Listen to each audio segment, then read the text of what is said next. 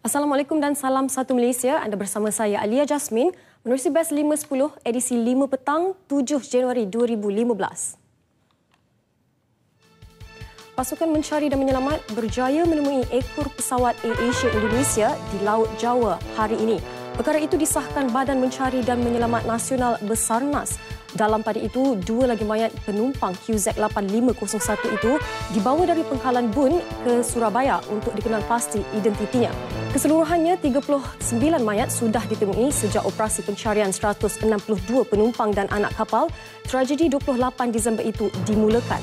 329 anggota tentera laut Diraja Malaysia bersama 3 buah kapal turut menyertai operasi. Mana-mana pihak yang terjejas banjir boleh menerima bantuan zakat mengikut kriteria tertentu yang diputuskan oleh mufti setiap negeri.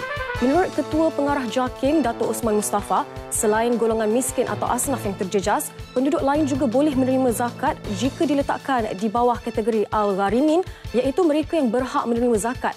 JAKIM tidak terkecuali menyumbang bantuan kepada penduduk terjejas dengan menghantar 14 kenderaan yang membawa 88 sukarelawan dan bantuan barangan bernilai lebih RM200,000.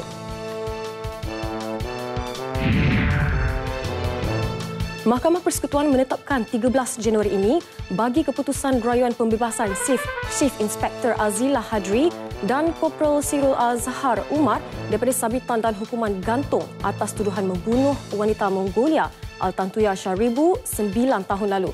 Notis berhubung tarikh keputusan rayuan tersebut diterima pihak pendakwaan dan pembelaan dari pejabat Mahkamah Persekutuan semalam. Rayuan akhir kes itu didengar panel 5 hakim diketuai Ketua Hakim Negara iaitu Tun Arifin Zakaria. Kementerian Haji Arab Saudi dilapor telah mengeluarkan kira-kira 1.1 juta visa umrah sehingga Jumaat lalu. Menurut pengarah Kementerian Haji Cawangan Madinah, Muhammad Abdul Rahman Al-Bijawa, 580,000 jemaah umrah telah tiba di Arab Saudi sekaligus menyaksikan hotel dan penempatan kawasan itu penuh. Bercakap kepada laman web arabnews.com, Muhammad menambah musim umrah kali ini menyaksikan jemaah dari Indonesia berada dalam senarai paling ramai diikuti jemaah dari Pakistan, Turki, Mesir, Iran, Malaysia dan India. Indeks petunjuk pasaran FTSE Bursa Malaysia KLCI, FBM KLCI susut 3.46 mata kepada 1,713.12 pada akhir sesi dagangan pagi dalam dagangan berhati-hati. Ia berikutan harga minyak mentah dunia yang rendah dan masih belum ditangani. Justru peniaga berkata beberapa pelabur mula membeli pada harga nilai secara terpilih. Prestasi pasaran secara menyeluruh menyaksikan kaunter untung mengatasi kaunter rugi sebanyak 307 berbanding 301.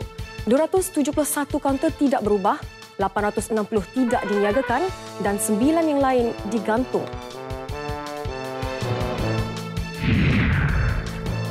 Kira-kira 670,000 kanak-kanak di Syria tidak meneruskan persekolahan selepas militan Negara Islam IS mengarahkan penutupan sekolah bagi menukar kurikulum. Kanak-kanak yang mendaftar diri di sekolah rendah dan menengah di Raqqa, pedalaman Deir al-Zor dan wilayah Aleppo terjejas berikutan arahan itu. Perkara ini disahkan jurucakap tabung Kanak-kanak Pertubuhan Bangsa-Bangsa Bersatu UNICEF, Christophe Boulirak. Best 510 akan kembali lagi sejam dari sekarang. Tetapi jangan ke mana-mana kerana Nasional 5 akan menyusul selepas ini bersama Nurul Laila Muhammad Nur. Dengan itu, Assalamualaikum dan salam satu Malaysia.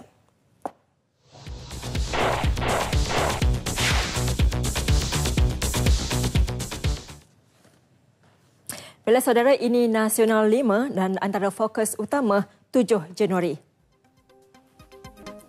Seorang individu ditahan kes sebar maklumat palsu. Bantuan terus dihulur ringankan beban penduduk terjejas banjir. Ekor pesawat AirAsia QZ8501 ditemui. Juga langsung di studio RTM Negeri seketika nanti bersama Rita Aloysius Malik di Sabah. Tidak ketinggalan dari Sarawak bersama Nosila Talaha. Semuanya selepas ini.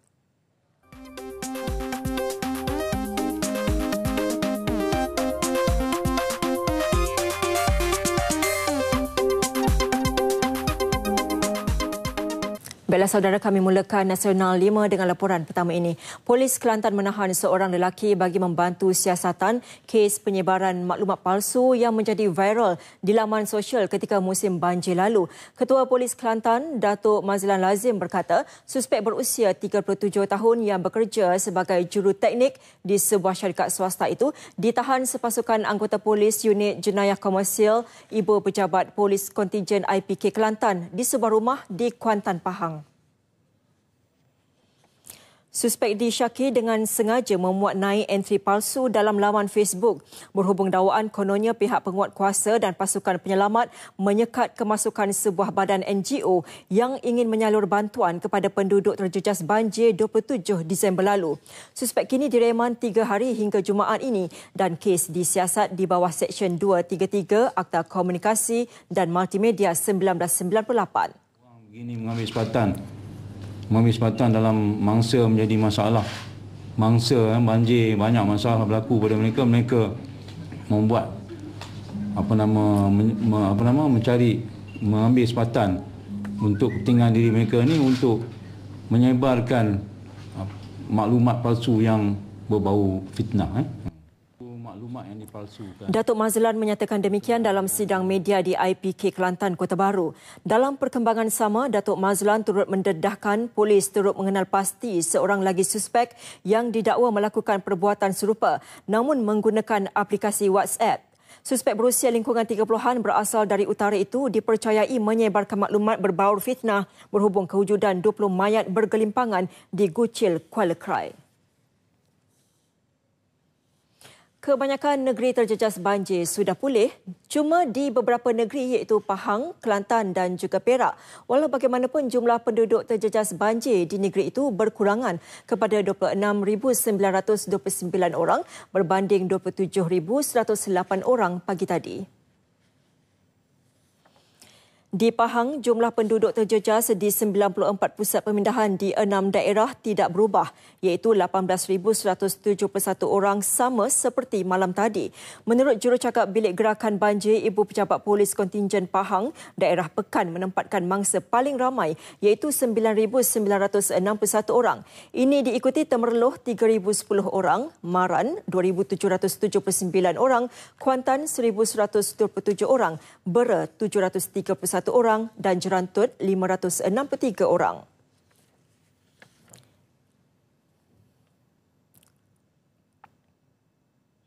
Di Perak pula, keadaan semakin pulih dengan jumlah penduduk di pusat pemindahan berkurangan kepada 4,771 orang daripada 1,332 keluarga berbanding 4,883 orang daripada 1,361 keluarga malam tadi. 2 lagi pusat pemindahan ditutup pagi tadi. Jurucakap Majlis Keselamatan Negara Perak berkata, jumlah mangsa banjir di Perak kini 3,766 orang, Hilir Perak 306 orang, Hulu Perak 577 orang, Manjung 149 orang dan Kuala Kangsar 57 orang. Di Kelantan, jurucakap MKN Negeri berkata jumlah mangsa di pusat pemindahan berkurangan kepada 3,984 orang berbanding 4,054 orang pagi tadi. 4 jajahan terlibat iaitu Kuala Krai, Gua Musang, Tanah Merah dan Machang. Kementerian Pendidikan sedang mengumpul data lengkap mengenai persediaan semua sekolah terlibat banjir di Pahang, Kelantan dan Perak sebelum sesi persekolahan bermula minggu depan. Menurut Ketua Pengarah Pelajaran, Datuk Seri Dr. Khair Muhammad Yusof, langkah itu selaras memastikan semua pelajar berada di tahap memuaskan dan selesa untuk menjalani sesi pembelajaran.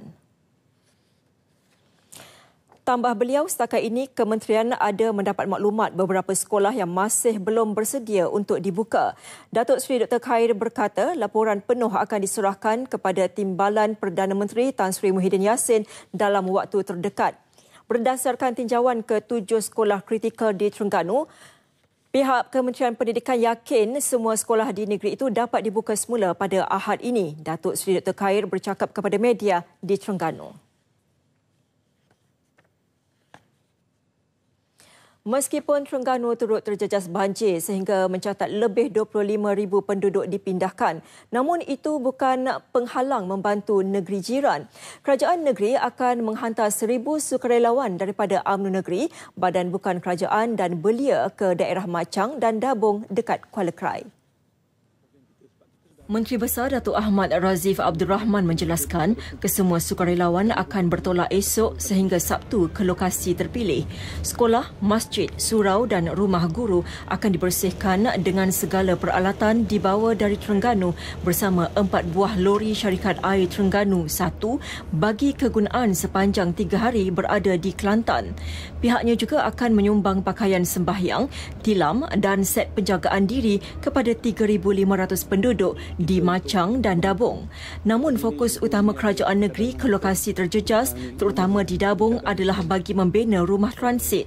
100 tukang rumah, 30 tan kayu dan segala peralatan membina rumah akan dibawa dari Terengganu. Kita akan gunakan konsep pasang siap. Jadi apabila saya mendapat laporan banyak sangat masih lagi ada keluarga-keluarga yang kehilangan rumah, yang tinggal atas jalan. Jadi kita akan bantu mereka lah. Sekurang-kurangnya tidak secara langsung dapat membantu terutama kepada mereka yang masih lagi tinggal dalam kemos ataupun dalam di atas jalan. Ini adalah sebagai CSR kita lah. Kerana saya berpandangan bahawa hari ini hari Kelantan. Mungkin suatu hari nanti giliran kita.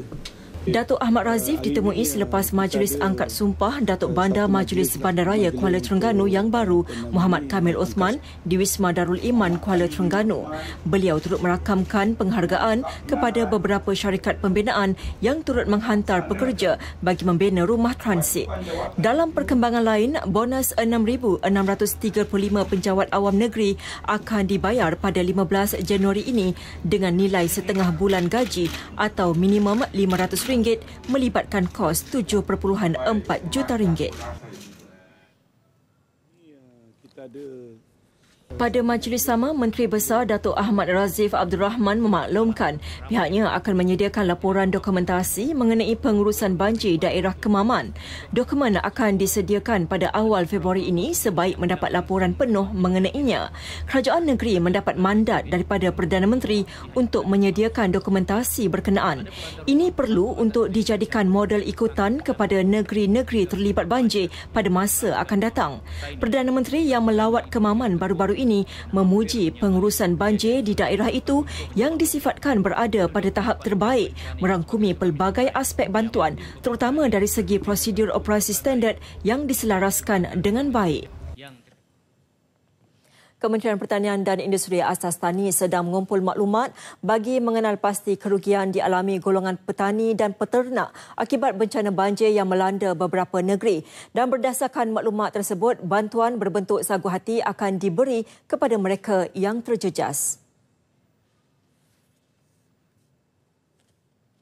Ketua Setiausaha Kementerian Pertanian dan Industri Asas Tani, Datuk Muhammad Arif Abdul Rahman berkata, bantuan itu penting kerana petani dan peternak yang bergantung kepada hasil tanaman dan ternakan hilang punca pendapatan akibat banjir. Kita memang mempunyai standard prosedur lah. Bagaimana kita nak mengagihkan berapa banyak yang patut kita beri kepada petani, peternak, mana apa pampasan-pampasan yang patut mereka terima lah. Tapi berdasarkan baki yang kita ada sekarang ni, memang tak mencukupi lah.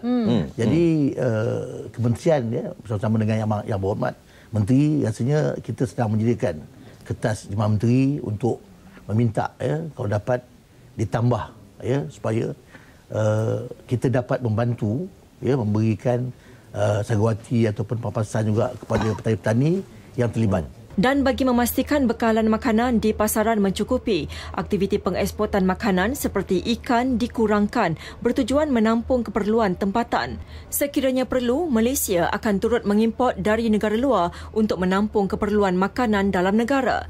Namun, pengguna masih boleh mendapatkan barang makanan di pasar tani dengan harga lebih murah dari stok makanan yang dikeluarkan Persatuan Nelayan Kebangsaan Nikmat, Pertubuhan Peladang Kebangsaan Nafas dan Lembaga Pemasaran Pemasaran Pertanian Persekutuan FAMA. Beliau berkata demikian ketika menjadi tetamu rancangan Selamat Pagi Malaysia di TV1.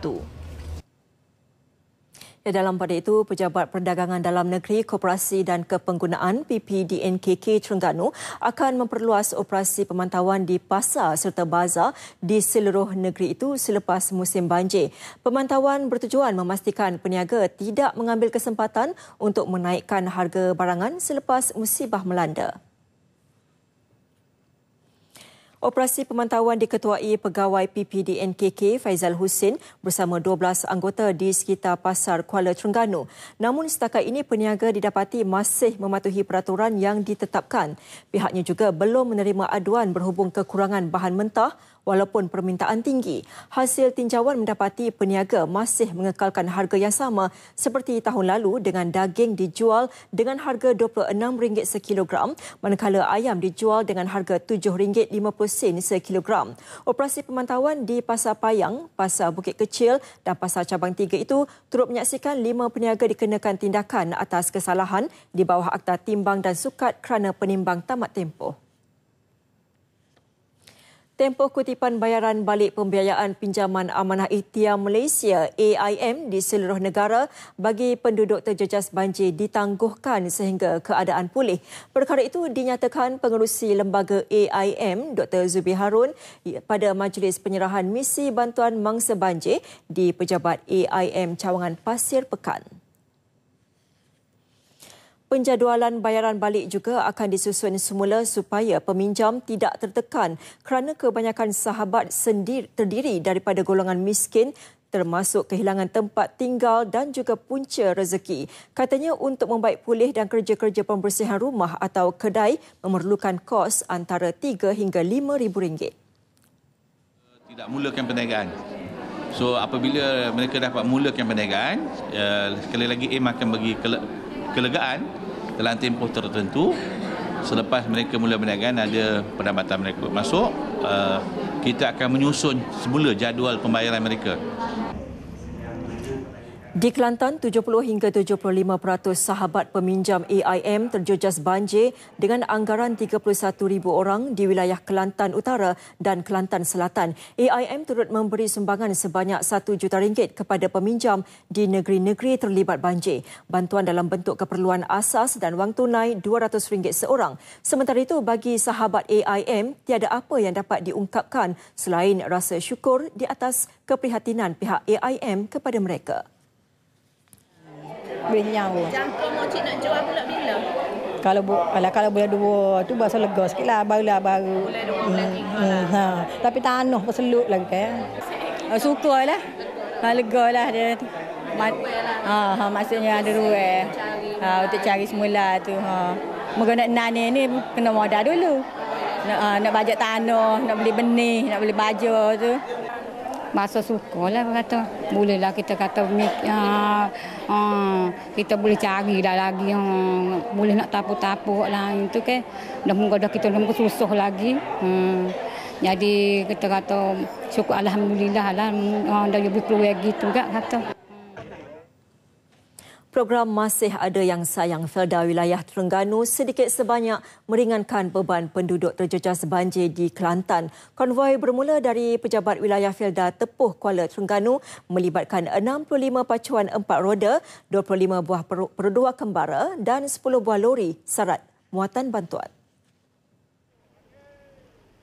Sebelum itu, RM100,000 berjaya dikutip untuk misi ini yang melibatkan 400 sukarelawan peneroka, belia dan kaki tangan Felda.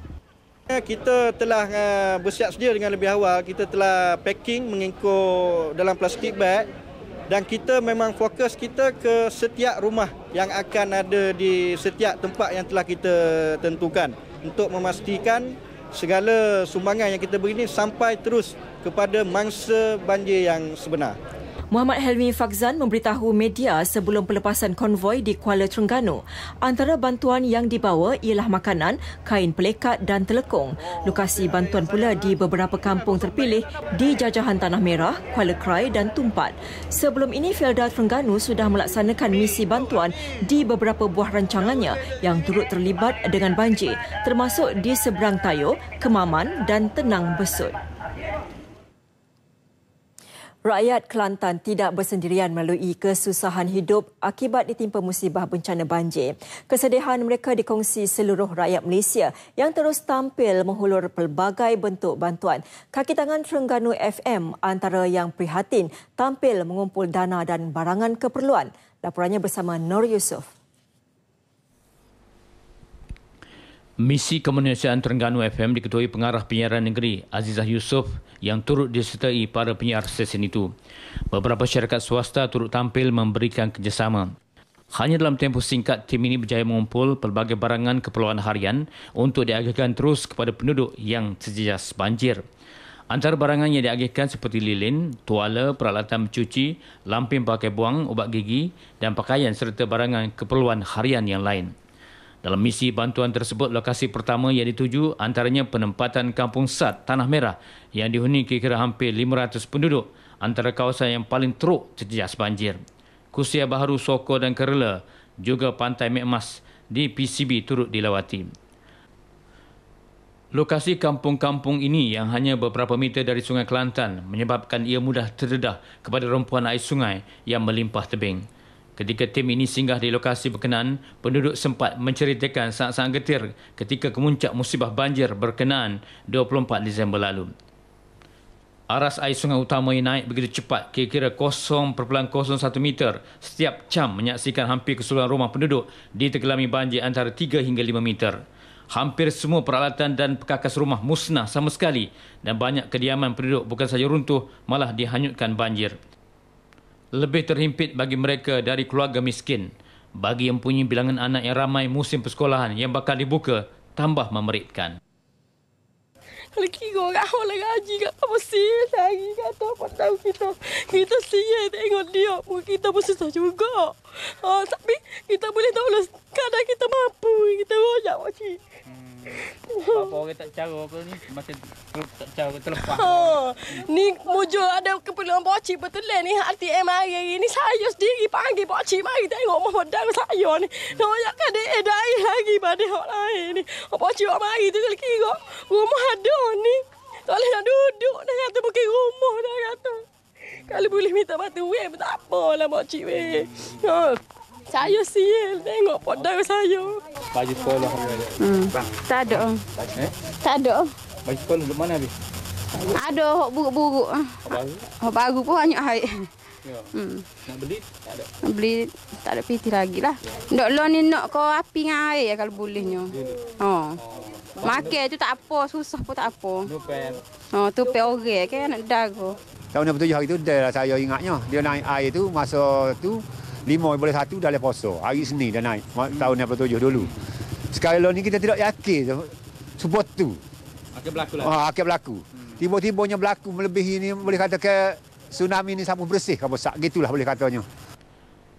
Pasca banjir memaksa penduduk bertungkus lumus membersihkan kediaman yang diselaputi selut dan lumpur. Sekali lagi mereka berdepan kesukaran disebabkan bekalan air belum pulih sepenuhnya.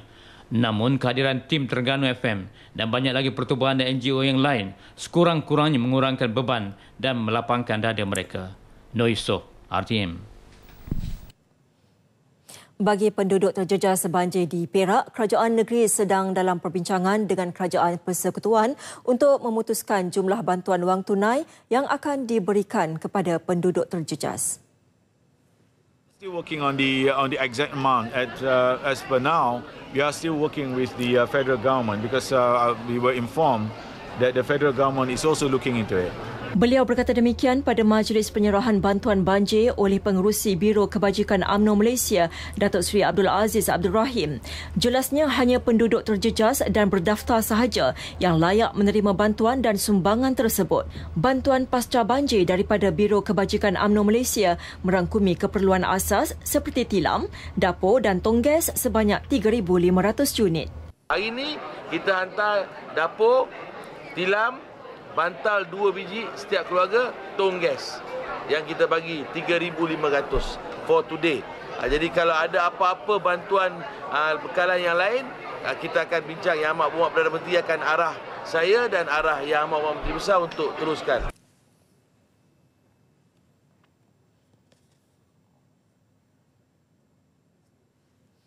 Tiada pakaian seragam dan peralatan sekolah baru untuk memulakan sesi persekolahan. Itu antara kemelut kerisauan yang dihadapi pelajar sekolah rendah dan menengah yang menjadi sebahagian daripada penduduk terjejas banjir. Bukan sahaja pakaian seragam sekolah, malah buku-buku nota dan bacaan mereka habis rosak akibat banjir. Namun, di sebalik musibah itu, ramai pihak yang prihatin tampil memberi bantuan khusus kepada para pelajar terbabit. Skuad sukarelawan Yayasan Perdana Ummah menggerakkan misi bantuan ke Pusat Pemindahan Sementara Banjir di Institut Kemahiran Belia Negara IKBN Pekan Pahang. Kehadiran mereka memberikan rasa lega kepada penduduk yang terlibat banjir ini, bukan memohon simpati lantaran hilangnya punca pendapatan dan sumber rezeki. Namun, penduduk terjejas banjir menerima seadanya bantuan diberi oleh semua pihak. Tidak dapat dinafikan, suasana di pusat pemindahan tidaklah selesa seperti di rumah sendiri. Tetapi, keadaan ini harus diterima dengan rela sementara menunggu banjir surut untuk membolehkan penduduk kembali ke rumah masing-masing. Bagi penduduk yang kediaman mereka musnah akibat banjir dahsyat itu, pembinaan rumah baru oleh pihak tertentu diterima dengan rasa syukur. Bagi Nasitah Malik, kehilangan punca pendapatan suami yang mencari rezeki menoreh getah ditambah dengan anak-anak yang akan mula bersekolah sedikit sebanyak merunsingkannya. Begitu juga Nolailina Ali yang terusik naluri keibuannya mengenangkan 4 orang anaknya yang mungkin terpaksa ditangguhkan sesi persekolahan kerana sekolah turut ditenggelami air. Sebab suami kerja kampung kan, kita masalah sikitlah untuk perbelanjaan untuk pendaftaran anak sekolah lah. Sebab peralatan kita dah siap, tapi untuk yuran untuk buku semua bermasalah sikit. Suami sudah kerja kampung menoreh dah lebih kurang 1 bulan lebih tak ada pendapatan. Persiapan itu dah buat dah, tapi rasanya tak tahulah sebab air pun dah masuk dalam rumah kan. Tak tahulah tu tak tengok lagi, rasanya habis dah rasanya. Sebab memang air pun dah masuk dalam rumah. Tenggelam lah paruh. Memulakan kehidupan baru apabila banjir surut kelak pasti bukan mudah. Ini kerana segala aspek kehidupan selepas ini menuntut kesabaran penduduk. Jadi selepas ini banyaklah macam sawit memang musnah semua. Getah-getah memang musim hujan tak boleh menoreh lah. Jadi kita akan usaha cara lain lah untuk menambah pendapatan. Pihak Yayasan Perdana Ummah melalui Rescue Team Selut Malaysia terus komited untuk melaksanakan segala misi bantuan bagi memastikan semua bantuan sampai ke golongan sasar. Rancangan kami seterusnya, kami akan memulakan recovery mission di sekitar Negeri Pahang. Saya ingin menyarankan supaya kita dapat membuat satu centralized kitchen. Centralized kitchen ini merupakan satu dapur kepada mangsa-mangsa banjir walaupun mereka sudah pulang ke kediaman masing-masing untuk membersihkan rumah yang dilanda banjir, tetapi mereka masih memerlukan makanan bersih, bekalan air yang bersih. Misi bantuan di beberapa pusat pemindahan turut disertai kerabat di Raja Pahang, Tengku Meriam Sultan Ahmad Shah dan Tengku Muhaini Sultan Ahmad Shah. Kolej Komuniti Melaka Seremban Selandar turut prihatin apabila menubuhkan Brigade Sukarelawan Kolej Komuniti BRIS bagi menggerakkan misi bantuan kemanusiaan ke Pantai Timur. Bagi tujuan itu, seramai 400 sukarelawan dihantar, antaranya bagi membantu membersihkan tempat dan kediaman penduduk yang berselaput lumpur. Ini dinyatakan Esko Pelajaran Pengajian Tinggi Sains dan Teknologi Melaka, Datuk Mat Yunus Husin, selepas majlis pelepasan konvoi fasa pertama yang membawa bekalan makanan, pelbagai peralatan serta pakaian ke Sangang dan Kerdau Pahang. Sementara itu, Pengarah Kolej Komuniti Bukit Beruang Abdul Razak Sabtu menyifatkan projek kemanusiaan membabitkan aktiviti sukarelawan seumpama itu simbol kejituan hati golongan muda yang sedia membantu dan berkorban. Dapat meringankan beban kepada mangsa banjir. Jadi saya harap terutamanya kepada komuniti, kalau ada yang masih lagi nak menyumbangkan barang-barang keperluan, kolej komuniti, 10 buah kolej komuniti di Negeri Melaka dan Negeri Sembilan masih lagi membuka untuk menerima keperluan tersebut, di mana kita jangkakan ada satu lagi peringkat yang kita akan hantar pada masa akan datang. Tabung Kemanusiaan Komunikasi dan Multimedia Malaysia dibuka bermula 24 Disember 2014 hingga 31 Januari 2015 untuk membolehkan orang ramai menghulurkan sumbangan kepada mereka yang terjejas akibat banjir. SMS banjir sertakan amaun yang anda ingin sumbangkan. Contoh, banjir 5, banjir jarak 5 untuk RM5 dan hantarkan ke 13999. Amaun-amaun yang boleh disumbangkan adalah RM1, RM3, RM5, RM10, RM15, RM20, RM30, RM40 atau RM50. Sumbangan anda amat bermakna. Semua penduduk yang kembali ke premis masing-masing diingatkan supaya memeriksa terlebih dahulu sistem pendawaian dan semua peralatan elektrik sebelum digunakan. Bagi tujuan itu, mereka perlu menggunakan khidmat kontraktor elektrik yang berdaftar dengan Suruhanjaya Tenaga (ST) bagi mengelak kejadian tidak diingini. Pengurus Besar Tenaga Nasional Berhad TNB Perak, Datuk Muhammad Zahir Mat Nagor berkata, terdapat beberapa langkah keselamatan yang perlu dilaksanakan di premis yang telah dilanda banjir. Kita kena periksa dari segi fizikal peralatan elektrik itu. Sekiranya masih lagi basah ataupun berselut, kita perlu cucikan dulu. Dan bila dah habis tu, kita kena periksa peralatan tu dari segi elektrikal dia. Sama ada dia boleh berfungsi ataupun belum lagi. Itu dari segi peralatan elektrik. Dan yang keduanya yang lebih pentingnya saya rasa dari segi pendawaian elektrik di rumah-rumah tu. Terutama sekali soket-soket ataupun wayar-wayar yang terendam dengan air. Perlu dikeringkan sepenuhnya dan perlu diperiksa satu persatu oleh orang-orang yang berkompeten lah. Datuk Muhammad Zahir turut mengingatkan penduduk terjejas banjir supaya mendapatkan khidmat nasihat daripada TNB dan jangan mudah terpengaruh dengan pihak yang tidak bertanggungjawab.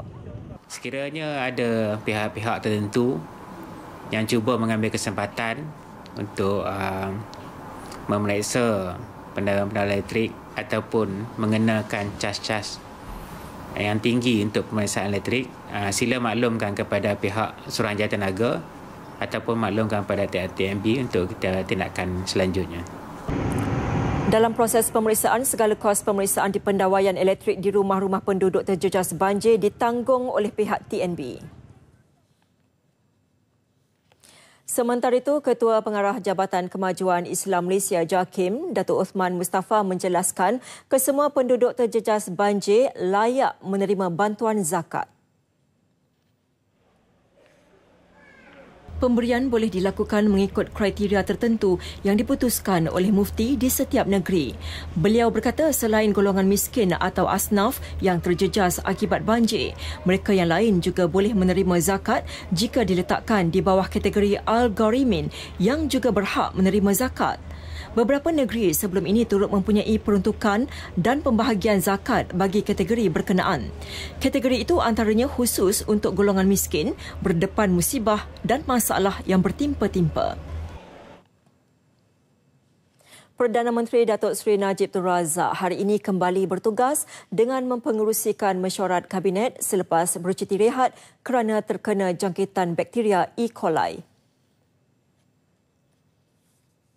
Dalam catatan di laman Twitternya, Datuk Seri Najib menulis Alhamdulillah kembali bekerja hari ini. Datuk Seri Najib juga menyatakan terima kasih kepada semua termasuk rakan-rakan online yang mendoakan beliau cepat sembuh. Sementara itu, dalam satu lagi catatan di Twitternya, Datuk Seri Najib menulis agenda utama mesyuarat Kabinet hari ini membincangkan isu berkaitan banjir dan langkah untuk membantu penduduk yang terjejas akibat bencana itu. Perdana Menteri juga memuatkan foto beliau bersama dengan beberapa Menteri Kabinet pada mesyuarat Kabinet itu. Tentera Laut Diraja Malaysia TLDM menubuhkan satu pasukan khas bagi mengelak anggotanya terlibat kumpulan militan IS. Satu sesi penerangan diadakan tidak lama lagi dengan anggota TLDM berkaitan pasukan khas tersebut. Panglima Tentera Laut Laksamana Tan Sri Abdul Aziz Jaafar berkata pasukan khas itu dianggotai pegawai dari pelbagai unit dan diketuai pengarah risikan laut, Marshal Provos Laut dan Kor Agama Angkatan Tentera Kagat. Pengarah risik laut akan memberi tentang perisikan aspek apakah pemakluman, information berkenaan IS. Marshal Provos akan memberi penjelasan tentang implikasi aspek perundangan dan pegawai PS1 pegawai Staf 1 Kagat akan memberi penjelasan dan penerangan tentang aspek keagamaan. Laksamana Tan Sri Abdul Aziz ditemui selepas menyampaikan perutusan tahunan di Ibu Negara. Satu mayat lelaki ditemui di kawasan Semak Jalan Cheng Permai, Melaka pagi tadi. Mayat lelaki yang belum dikenal pasti identitinya ditemui kira-kira 9.30 pagi oleh orang awam. Ketua Polis Daerah Melaka Tengah ACP Sheikh Abdul Aziz Sheikh Abdullah berkata mangsa dipercayai dibunuh di tempat lain sebelum dicampak di kawasan berkenaan. Daripada kesan yang kita temui, kita percayai bahawa mayat ini telah dicampak ke situ berdasarkan bukti-bukti fizikal yang ditemui oleh pihak polis. Okey, dan dipercayai kejadian mungkin berlaku di tempat lain. So setakat ni pihak polis akan meneruskan usaha-usaha untuk mengesan mereka-mereka yang terlibat dipercayai melakukan jenayah tersebut. Tiada dokumen pengenalan diri ditemui bersama mangsa. Polis percaya mangsa mati kurang 24 jam. Hasil siasatan awal forensik mendapati ada kesan kecederaan di kepala dan kesan tikaman di belakang. Kes tersebut disiasat mengikut Seksyen 302 Kanun Keseksaan. Di Kedah, polis sedang memburu suspek yang disyaki terlibat dalam kes pembunuhan sepasang suami isteri warga emas di Kuala Pegang, Baling semalam. Setakat ini, 5 individu telah dipanggil untuk membantu siasatan. Ketua Polis Kedah, Datuk Zamri Yahya berkata, kesemua individu terbabit yang berusia lingkungan 20-an merupakan penduduk tempatan. Bagaimanapun, kesemua mereka telah dibebaskan selepas memberi keterangan. Dalam kejadian semalam, seorang pesara tentera Ilyas Hassan 64 tahun dan isterinya Saayah Mat Tahir 54 tahun mati ditikam selepas cuba menghalang kambing peliharaan mereka daripada dicuri.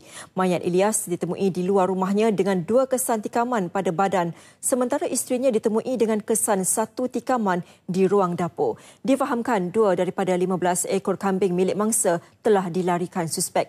Kes disiasat di bawah Seksyen 302 Kanun Keseksaan kerana membunuh.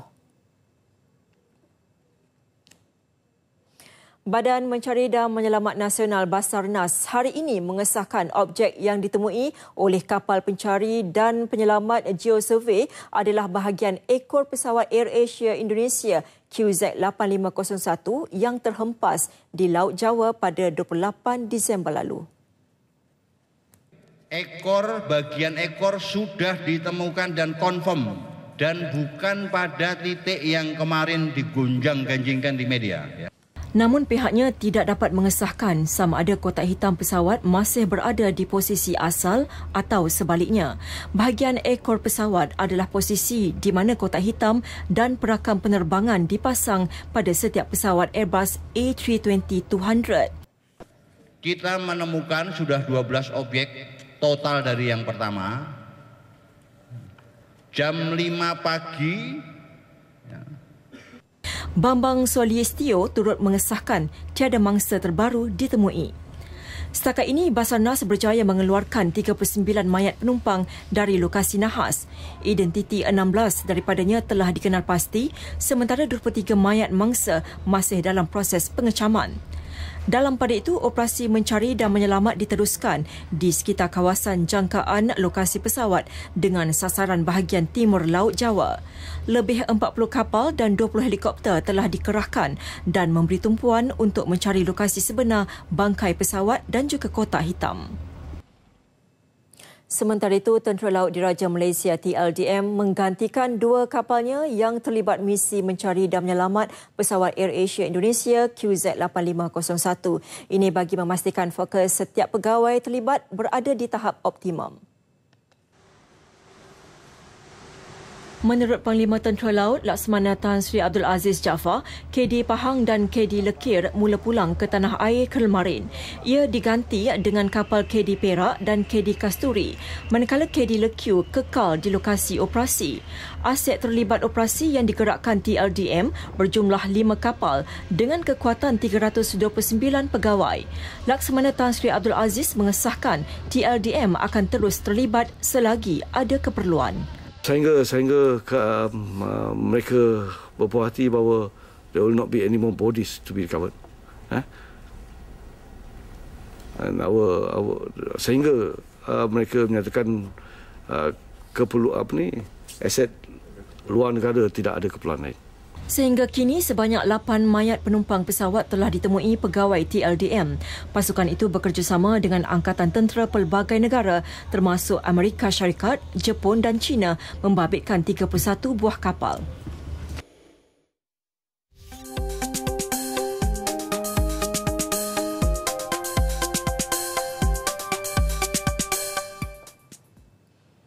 Baiklah saudara, tumpuan seterusnya beralih kepada laporan langsung dari negeri-negeri. Rakan penyampai di Sabah dan Sarawak sudah pun bersedia. Jadi kita mulakan dengan laporan dari Sabah bersama Rita Olusius. Silakan Rita. Terima kasih Norlela. Salam sejahtera dan salam satu Malaysia. Indeks jenayah di daerah Kota Kinabalu sepanjang tahun lalu menurun sebanyak 133 kes atau 8.18% berbanding 1,626 kes pada 2013. Daripada 1,493 kes yang dicatatkan tahun lalu, 4 kategori jenayah berjaya dikurangkan iaitu kes bunuh, kes samun, kes curi dan kes pecah rumah.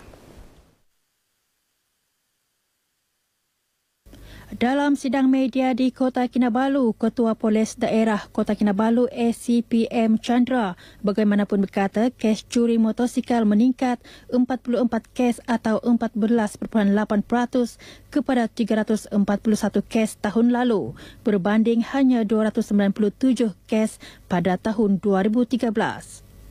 Penurunan jenayah ini adalah satu petunjuk yang KK City is still safe. Kalau dia berlaku peningkatan, it's an indicator that crime is slightly going up. So minus 8.18%, it's a good number. It's a good number. Whereby dalam KPI NKRA kita cuma perlu mengurangkan sebanyak minus 5%. So we managed to do more than that. Extra 3.18%. ACP Chandra turut menyatakan komitmen Polis Daerah Kota Kinabalu untuk membanteras jenayah tahun ini. Dalam perkembangan lain, Polis Daerah Kota Kinabalu berjaya menumpaskan geng Along yang terbabit kes samun curi kenderaan dan pecah rumah di sekitar bandaraya dengan penangkapan 5 anggota geng itu 25 Disember lalu. Berikutan kejayaan itu, Ketua Polis Daerah Kota Kinabalu ACPM Chandra berkata 5 kes masing-masing 1 kes samun dan kes curi serta 3 kes pecah rumah melibatkan kerugian berjumlah RM116,000 berjaya diselesaikan. Kelima-lima orang ni berumur antara 18 hingga 36 tahun dan seperti mana yang saya beritahu 4 orang didapati positif dadah dan 1 negatif. Yang pertama tu negatif. Daripada tangkapan ini pihak polis telah berjaya merampas kebanyakan daripada barang-barang yang disamun daripada rumah salut perdana itu. Antara yang telah dirampas adalah 2 buah kereta, iaitu kereta yang digunakan untuk menyamun, itu Proton Iswara warna oranye, dan 1 lagi kereta kancil. 46 utas jam tangan dirampas, 97 handphone, 12 kamera, 6 buah tablet, 4 rantai, 7 gelang, 1 cincin 6 komputer dan banyak barang lain. So anggaran nilai rampasan adalah sebanyak 150,000. Menurut ACPM Chandra, 2 suspek lelaki tempatan yang tidak bekerja masing-masing ditahan di Universiti Apartmen Likas dan sebuah rumah tidak bernombor di Kampung Melawa Mengkatal. Manakala 3 suspek warga asing yang tidak mempunyai dokumen pengenalan diri ditahan di penempatan Telipok. Kesemua suspek ditahan reman sehingga Jumaat ini. Buat pertama kali persidangan Parlimen Belia Malaysia 2015 akan berlangsung di Dewan Rakyat pada 10 dan 11 Januari ini. Bagi 12 anggota Parlimen Belia Malaysia Negeri Sabah, isu harga rumah yang tinggi, kekurangan kemudahan prasarana sekolah luar bandar dan pengangguran dalam kalangan belia antara isu yang akan dibahaskan. Menurut seorang daripada anggota Parlimen Belia Malaysia Negeri Sabah, Azrul Ibrahim, harga rumah di Sabah merupakan yang ketiga tertinggi di negara ini selepas Selangor dan Pulau Pinang. Sehubungan itu, beliau akan mencadangkan agar bahan binaan dijadikan barang kawalan selain menghadkan penjualan rumah kepada warga asing sebagai langkah menstabilkan harga rumah. Semestinya kita ahli Parlimen Belia Negeri Sabah mengharapkan Parlimen Belia Malaysia ini berfungsi seperti yang dikehendakkan. Kita akan sampaikan isu-isu khususnya untuk Belia Sabah. Kita minta akan ada hadir di kalangan kementerian atau agensi yang kita cuba sampaikan isu itu dan akan ada follow up daripada mereka. Ini yang kita harapkanlah. Sementara itu, seorang lagi anggota Parlimen Belia Malaysia Negeri Sabah, Syed Muhammad Hamizan Roslan, akan memperjuangkan peningkatan kemudahan sekolah-sekolah di luar bandar dalam usaha menghapuskan jurang antara sekolah bandar dan luar bandar. Beliau percaya tanpa kemudahan yang cukup, sistem pengajaran akan terbantut dan menyukarkan guru-guru memberi perkhidmatan terbaik kepada pelajar. Saya sebagai bersuara di dalam, tolong bagi kerjasama pada saya. Kalau ada masa kita boleh berjumpa, kita boleh bertemu, berkongsi pendapat, kita compile itu jadi satu usul untuk dibawa ke peringkat yang tertinggi. Mereka ditemui pemberita RTM dalam temu bual khas RTM Sabah di Kompleks Bersepadu Kementerian Komunikasi dan Multimedia Malaysia KKMM di Kota Kinabalu. Pemilihan anggota Parlimen Belia Malaysia yang dilaksanakan secara atas talian pada Oktober lalu menyaksikan Sabah negeri ketiga tertinggi jumlah anggotanya selepas Selangor dan Johor.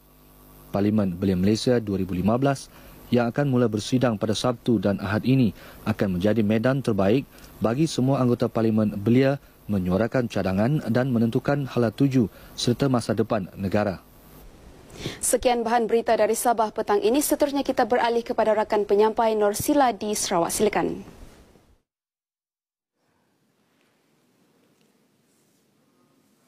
Terima kasih Rita di Sabah. Assalamualaikum dan salam satu Malaysia. Agensi yang berkaitan perlu lebih proaktif dan mengambil tindakan segera bagi menangani banjir kilat yang melanda beberapa kawasan di Bandar Bintulu. Ekoran banjir kilat yang berlaku malam tadi, Ahli Parlimen Bintulu, Datuk Seri Tiong Kin Sing melakukan tinjauan bersama agensi terbabit bagi melihat sendiri punca banjir kilat berlaku setiap kali hujan lebat. Dalam sidang media selepas tinjauan itu, Datuk Seri Tiong menyeru agensi yang berkaitan termasuk Lembaga Kemajuan Bintulu BDA, Jabatan Kerja Raya JKR dan Jabatan Pengairan dan Saliran DID agar menjalankan kajian lebih terperinci dengan cadangan yang lebih efektif dalam usaha menangani kejadian banjir kilat itu. Saya dah minta PDA, JKR sama DID buat kajian dan melihat, meneliti semua masalah dan mengadakan satu rancangan ataupun cadangan untuk menyelesaikan ini. Datuk Seri Tiong berpuas hati dengan kerja-kerja membersih dan mendalamkan sungai serta pembesaran sistem peparitan di beberapa kawasan di Bintulu telah dilakukan lebih cepat daripada masa yang telah ditetapkan. Beliau juga menyarankan agar pemaju-pemaju perumahan dan kontraktor yang terlibat dengan projek pembangunan di Bintulu mematuhi garis panduan syarat yang ditetapkan oleh BDA bagi sesuatu projek dan menyediakan sistem peparitan yang sempurna. Saya minta pihak semua anti-proper bekerjasama dan juga kontraktor bekerjasama. Jangan kasih tutup parit ataupun kasih kecil itu parit. especially the earth ring. Tanah semua jangan kasih masuk itu peparitan itu semua. Beliau turut mengumumkan Parti Demokratik Progresif Sarawak SPDP telah membuat kutipan kira-kira RM550,000 untuk tabung bencana banjir Pantai Timur. Ketua Menteri Tan Sri Adenan Haji Satim hari ini menerima kunjungan hormat rombongan Mahkamah Tinggi Qatar di pejabatnya di Kompleks Dewan Undangan Negeri Sarawak, Kuching. Rombongan tersebut antara lain terdiri daripada Naib-Naib Presiden Mahkamah Tinggi Qatar Isa Al-Kuwari dan Ibrahim Nib serta konsultan khas kepada Hakim Besar Qatar Dr. Ali Muhannadi. Kunjungan ringkas itu antara lain membincang mengenai sistem mahkamah di Sarawak bersama Tan Sri Adenan yang mempunyai perspektif unik mengenai sistem tersebut berdasarkan pengalaman beliau sebagai peguam dan magistrat di Mahkamah-Mahkamah Sarawak. Kunjungan itu juga merupakan sebahagian acara lawatan kerja 2 hari rombongan itu ke Sarawak selain melawat Sarawak Information System Sudian Berhad Sains. Pihak Mahkamah Tinggi Qatar berminat untuk mengetahui lebih mendalam mengenai penyelesaian mahkamah atau court solution yang diwujudkan oleh sains yang telah mendapat pengiktirafan United Nations Awards Winning Court Solutions. Kaedah penyelesaian itu telah menjadikan Mahkamah Tinggi Sarawak mahkamah paling pantas dan efisien di negara ini. Projek perintis Taman Permainan Kanak-Kanak yang diwujudkan di dalam kawasan perumahan akan dilancarkan pada 17 Januari ini di Kuching.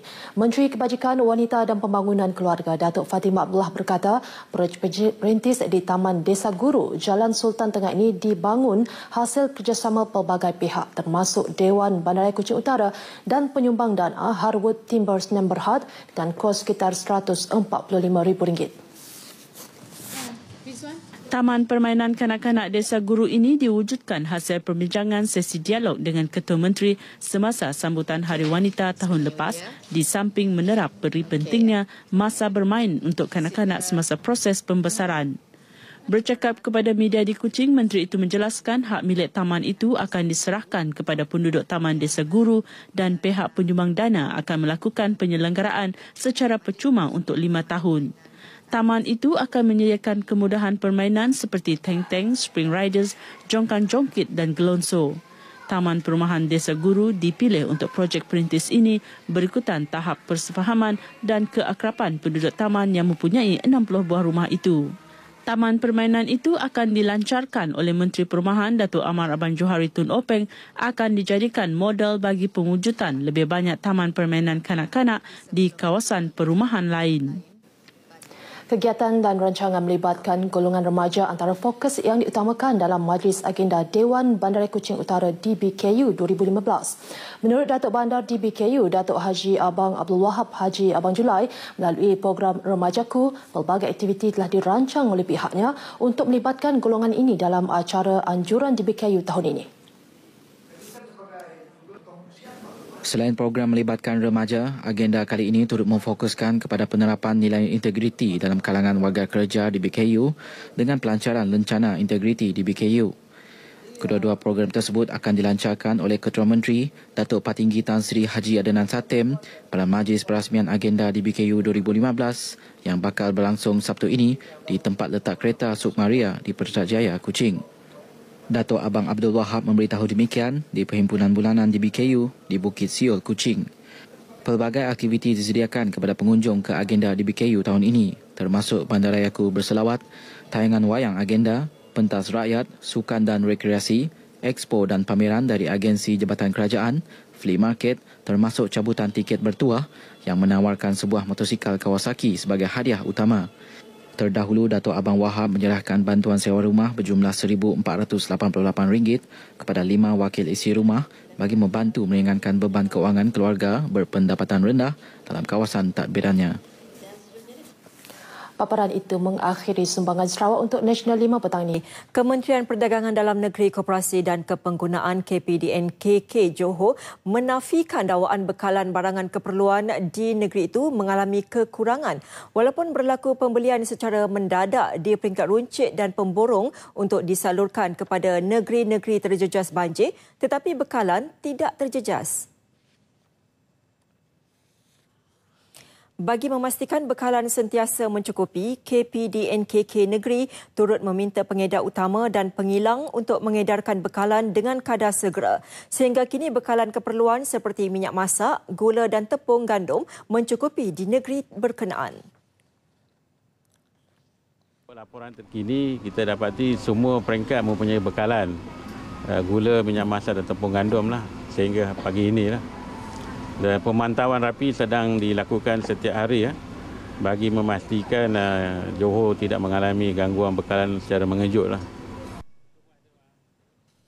Beliau sebelum itu mengetuai operasi pemantauan harga barang kawalan bersama 20 pegawai KPDNKK di Pasaraya A Mart, Johor Bahru. Dalam operasi itu, 6 peniaga ditahan kerana melakukan kesalahan, gagal mempamerkan tanda harga serta melakukan jualan promosi tanpa notis.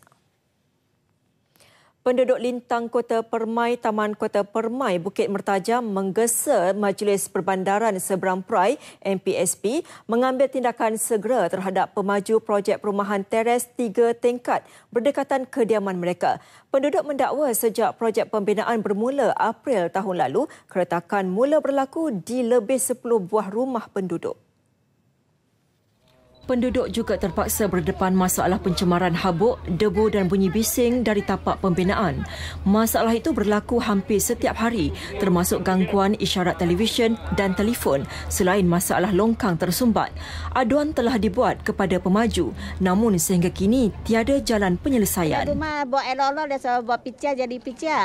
3 minggu lepas itu rumah 8 ni ada pitanya dia punya orang lah. Dia cakap ini rumah insurans taklah tanggung jawab. Itu picah semua orang duduk punya picah, bukan sekala punya picah. Dia cakap kalau mau pun dia bikin bagi atau bayar 500 saja. Dia cakap kalau orang mau pisu, tak apa. Saging pun tak boleh buat apa, MPSP pun tak boleh buat apa. Pembinaan tu depa kurang jaga keselamatan lah. Dia orang macam rumah tu sentiasa bila masa projek tu dijalankan, rumah tu bergegak. Bila depa piling bergegak, tu yang menyebabkan keretakan tu. Jadi kami rasa sesekali tu macam gempa bumi kan. Rumah ni kita beli susah payah, bukan 1-2 ringgit kan. Kita beli beribu-ribu. Dia kata macam ni, macam tu. Rumah saya sampai pintu belakang pun dah lari dah. Turun dah. Macam mana? Siapa nak buat? Dia kata rumah lama. Dia kata rumah ni dah lama punya, sorry. Lama. Macam mana dia boleh cakap macam tu? Rumah lama ke baru ke hak kami, bukan hak depa. Masalah turut diaju kepada Persatuan Pengguna Pulau Pinang, KAP. Persatuan itu menggesa MPSP mengambil tindakan tegas terhadap pemaju dengan mengeluarkan arahan menghentikan kerja pembinaan. Memupuk nilai-nilai murni bukan hanya menerusi pendidikan moral di sekolah, kuasa seni muzik dan budaya juga boleh menjadi medium terbaik untuk mendidik masyarakat. Elemen kasih sayang, kebaikan dan menghargai keamanan bakal diterapkan dalam pementasan Guan Yin Pusa A Musical di Istana Budaya 15 Januari nanti. Yang menariknya, 30 penari akrobat dari Tanah Besar China juga akan membuat persembahan akrobatik. Diilhamkan daripada kitab suci Buddha, teater musikal Guan Yin atau Dewi Rahmat akan dipersembahkan kepada penonton menerusi 4 kisah. Bermula dengan cerita kebaikan, belas kasihan, kegembiraan dan ketenangan. Teater musikal ini merupakan persembahan kali kedua anjuran Yayasan Guan Yin sempena ulang tahun ke-50. Mensasarkan untuk tontonan pelbagai kaum, pementasan musikal ini melibatkan 129 penari, termasuk dari Tanah Besar China. Is brought together with the virtual reality stage design. So it gives you the reality sense that you are actually in that scene. So 108 minutes of it weaved together with beautiful songs. Bukan hanya sekadar mendidik masyarakat menerusi kisah yang dipentaskan, Guan Yin Pusa Musical juga mengetengahkan bakat baru dalam seni persembahan pentas. Baiklah saudara, setakat ini dahulu Nasional 5. Laporan cuaca menyusul selepas ini. Dengan itu, Assalamualaikum dan salam satu Malaysia.